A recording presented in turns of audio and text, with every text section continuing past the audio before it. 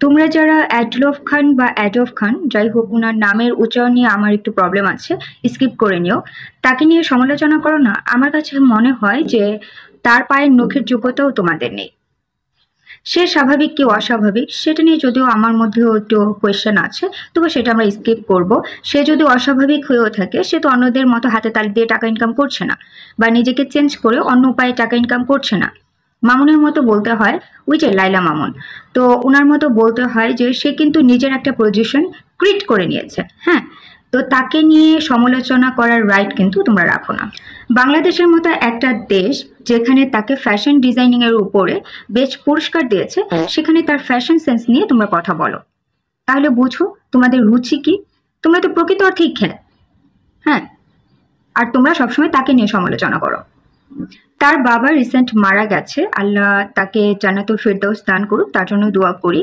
তো সেই জানাজার মধ্যে সে সালোয়ার পরে গেল কিনা, সে মাথায় টুপি রাখলো কি রাখলো না, সে সালাম ফিরাতে জানে না, এগুলো নিয়ে পর্যন্ত তোমরা সমালোচনা করো। তোমরা কি ভাই? সে তার মতো তার পার্সোনাল লাইফ কাটাক না, তোমাদের সমস্যা কি? তোমরা কেন তাকে নিয়ে পড়ে থাকো? আর আমার সানগ্লাসটাও তোমাদের মতোই। হ্যাঁ, যতই এটাকে টেনে উপরে তোলার চেষ্টা করি না কেন, এটা নিচে নামবে। আচ্ছা, যাই হোক, কথা বলতে গেলে নিচে নেমে যায়, এটাও স্কিপ করো। তোমাদের অবস্থাটা হয়ে গেছে ঠিক আমার মতো, যে বুড়ো দামড়া বা দামড়ি হয়ে গেছো, কিন্তু লাইফে এখনো পর্যন্ত কিছু করতে পারছো না, যেটা নিয়ে প্রচন্ড ডিপ্রেশনে ভুগো, মানে মানসিক একটা ট্রমার মধ্যে আছো। এর জন্য ভাবো যে আশেপাশের কেউ যদি উপরে উঠে, নিজে যেহেতু কিছু করতে পারছি না, তাকে উপরে উঠতে দিব না। তাকে টেনে কিভাবে নিচে নামানো যায়, তাকে নিয়ে সমালোচনা করা যায়, সবসময় সেটা নিয়ে পড়ে থাকো। আমি কিন্তু তোমাদের মতো না ভাই, মানুষের সমালোচনা নিয়ে আমি পড়ে থাকি না। তবুও আমি আমার লাইফে এখনো পর্যন্ত যদিও কিছু করতে পারিনি। যাই হোক, তোমরা পারবে।